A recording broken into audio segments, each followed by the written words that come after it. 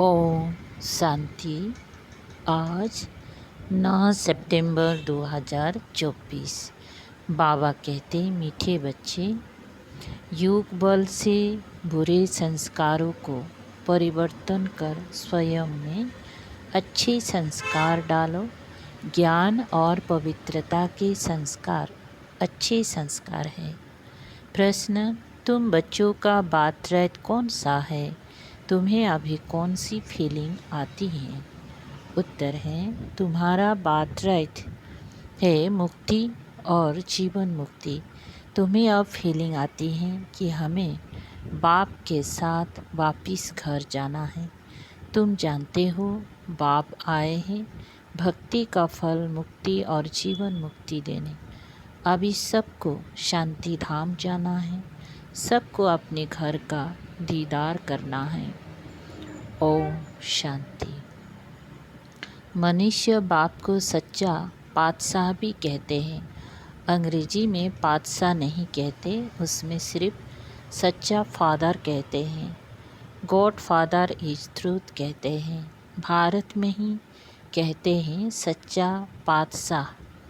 अब फ़र्क तो बहुत है। वो सिर्फ सच कहते हैं, सच सिखलाते हैं, सच्चा बनाते हैं। यहाँ कहते हैं सच्चा बादशाह, सच्चा भी बनाते हैं और सचखंड का बादशाह भी बनाते हैं। ये तो बराबर है। मुक्ति भी देते, जीवन मुक्ति भी देते हैं, जिसको भक्ति का फल कहते हैं। लिबरेशन और फ्रूशन, भक्ति का फल देते हैं और लिबरेट करते हैं। बच्चे जानते हैं हमको दोनों देते हैं। लिबरेट तो सबको करते हैं, फल तुमको देते हैं। लिबरेशन और फ्रूशन, ये भी भाषा बनाई हुई है ना। भाषाएं तो बहुत है। शिव बाबा के भी नाम बहुत रख देते हैं। कोई को कहो उनका नाम शिव बाबा है तो कह देते हम तो उनको मालिक ही कहते हैं। मालिक तो ठीक है, परंतु उसका भी नाम चाहिए ना। नाम रूप से न्यारी कोई चीज़ होती नहीं। मालिक भी कोई चीज़ का बनता है ना। नाम रूप तो ज़रूर है। अभी तुम बच्चे जानते हो बाप बराबर लिबरेट भी करते हैं। फिर शांति धाम में सबको ज़रूर जाना है। अपने घर का दीदार सबको करना है। घर से आए हैं तो पहले उनका दीदार करेंगे। उसको कहते हैं गति, सद्गति। अक्षर कहते हैं परंतु अर्थ रहित। तुम बच्चों को तो फीलिंग रहती है हम अपने घर भी जाएंगे और फल भी मिलेगा। नंबरवार तुमको मिलता है तो और धर्म वालों को भी फिर समय अनुसार मिलता है।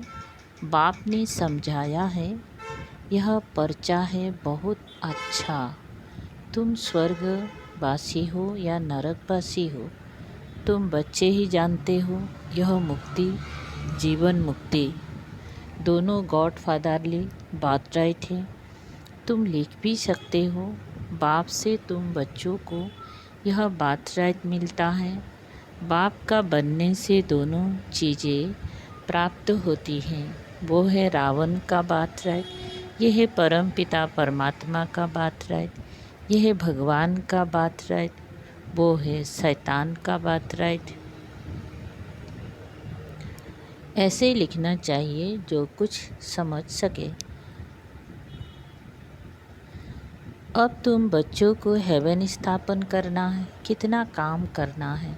अभी तो जैसे बेबीज है, जैसे मनुष्य कलयुग के लिए कहते हैं कि अभी बेबी मतलब बच्चा है। बाप कहते हैं सतयुग की स्थापना में बेबी है।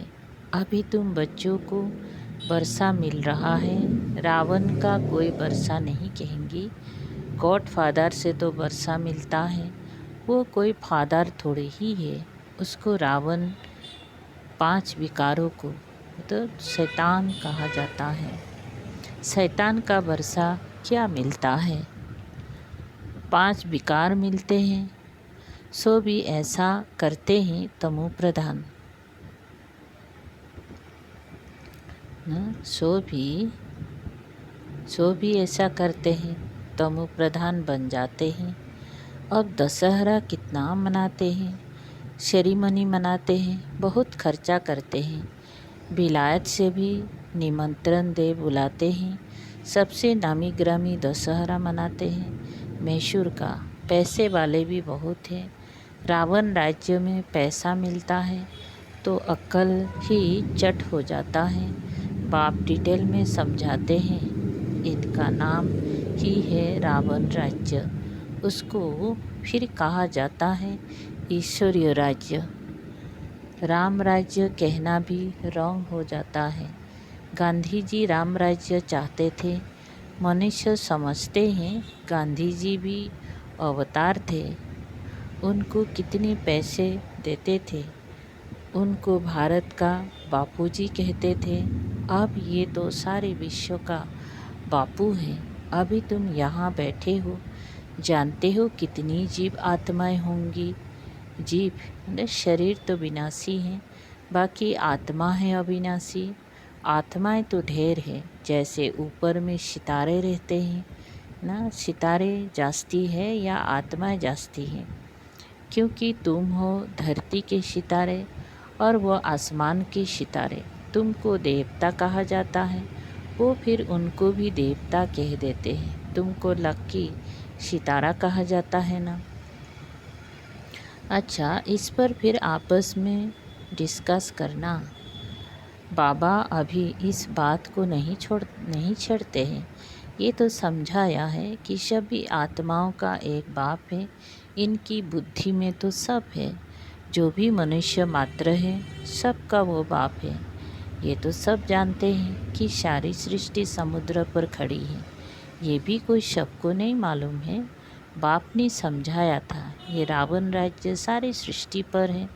ऐसे नहीं रावण राज्य कोई सागर के पार है। सागर तो ऑलराउंड है ही। कहते हैं ना, नीचे बैल है, उसके सींगों पर सृष्टि खड़ी है। फिर जब थक जाता है तो सींग बदली करता है। अभी पुरानी दुनिया खलास हो, नई दुनिया की स्थापना होती है। शास्त्र में तो अनेक प्रकार की बातें दंत कथाओं में लिख दी हैं। ये तो बच्चे समझते हैं। यहाँ सब आत्माएं शरीर के साथ है। इनको कहते हैं जीव आत्माएं। वो तो आत्माओं का घर है, वहाँ तो शरीर नहीं है। उनको कहा जाता है निराकारी। जीव आकारी है, जीव आकारी है, इसीलिए साकार कहा जाता है। उनको कहा जाता है निराकारी। जीव आकारी है, इसीलिए साकार कहा जाता है। निराकार को शरीर नहीं होता, ये है साकारी सृष्टि। वो है निराकारी आत्माओं की दुनिया। इसको सृष्टि कहेंगे। उसको कहा जाता है इनकॉर्पोरियल वर्ल्ड। आत्मा जब शरीर में आती है तब ये चूर-पुर चलती है, नहीं तो शरीर कोई काम का नहीं रहता है। तो उनको कहा ही जाता है निराकारी दुनिया। जितनी भी आत्माएं हैं वो सब पिछाड़ी में आनी चाहिए, इसीलिए इसको पुरुषोत्तम संगम युग कहा जाता है। सब आत्माएं जब यहाँ आ जाती हैं तो वहाँ फिर एक भी नहीं रहती। वहाँ जब एकदम खाली हो जाता है तब फिर सब वापस जाते हैं। तुम ये संस्कार ले जाते हो नंबरवार पुरुषार्थानुसार। कोई नॉलेज के संस्कार ले जाते हैं, कोई प्योरिटी के संस्कार ले जाते हैं। आना तो फिर भी यहाँ ही है, परंतु पहले तो घर में जाना है। वहाँ है अच्छे संस्कार, यहाँ है बुरे संस्कार। अच्छे संस्कार बदल कर बुरे संस्कार हो जाते हैं। फिर बुरे संस्कार योग बल से अच्छे होते हैं। अच्छे संस्कार वहाँ ले जाएंगे। बाप में भी पढ़ाने के संस्कार है ना, जो आकर समझाते हैं। रचयिता और रचना के आदि मध्य अंत का राज समझाते हैं। बीज की भी समझानी देते हैं, तो सारे झाड़ की भी समझानी देते हैं। बीज की समझानी है ज्ञान और झाड़ की समझानी हो जाती है भक्ति। भक्ति में बहुत डिटेल होती है ना, बीच को याद करना तो सहज है, वहाँ ही चले जाना है। तमो प्रधान से सतु प्रधान बनने में थोड़ा ही समय लगता है, फिर सतु प्रधान से तमो प्रधान बनने में 5000 बरस लगते हैं। एक्यूरेट यह चक्र बड़ा एक्यूरेट बना हुआ है जो रिपीट होता रहता है, और कोई ये बातें बता ना सके, तुम बता सकते हो। आधा आधा किया जाता है, आधा स्वर्ग आधा नरक। फिर उनका डिटेल भी बताते हैं। स्वर्ग में जन्म कम, आयु बड़ी होती है। नरक में जन्म जास्ती, आयु छोटी होती है। वहाँ है योगी, यहाँ है भोगी, इसलिए यहाँ बहुत जन्म होते हैं। इन बातों को दूसरा कोई नहीं जानता। मनुष्य को कुछ भी मालूम नहीं है। कब देवताएं थे, वो कैसे बने, कितनी समझदार बने हैं, यह भी तुम जानते हो। बाप इस समय बच्चों को पढ़ाकर 21 जन्मों के लिए बरसा देते हैं। फिर ये तुम्हारे संस्कार रहते नहीं। जैसे राजाए के संस्कार होते हैं, तो ज्ञान की पढ़ाई के संस्कार पूरे हो जाते हैं। ये संस्कार पूरे हुए तो नंबरवार पुरुषार्थानुसार रुद्रमाला में पिरो जाएंगे। फिर नंबरवार आएंगे पाठ बजाने। जिसने पूरे 84 जन्म लिए हैं वो पहले आते हैं। उनका नाम भी बतलाते हैं। श्री कृष्ण तो है फर्स्ट प्रिंस ऑफ हेवन। तुम जानते हो सिर्फ एक थोड़े ही होगा, सारी राजधानी होगी ना। राजा के साथ तो फिर प्रजा भी चाहिए। हो सकता है एक से दूसरे पैदा हो जाए ना, एक से दूसरे पैदा होते जाएं।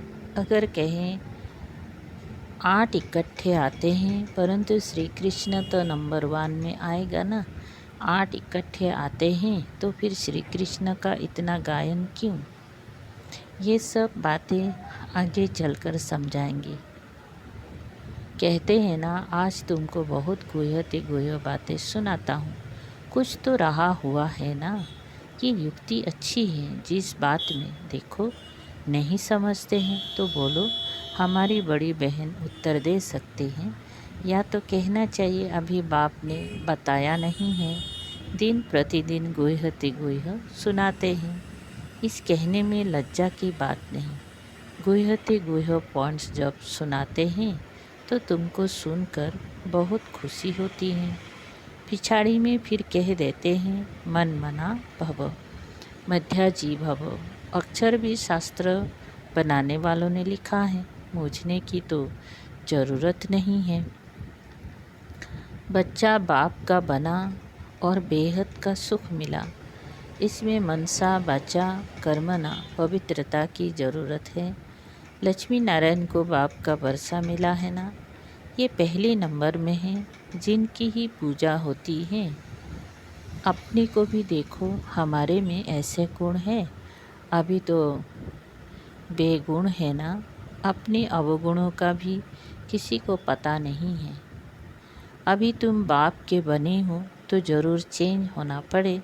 बाप ने बुद्धि का ताला खोला है। ब्रह्मा और विष्णु का भी राज समझाया है। ये है पतित, वो है पावन। एडाप्शन इस पुरुषोत्तम संगम युग पर ही होती है।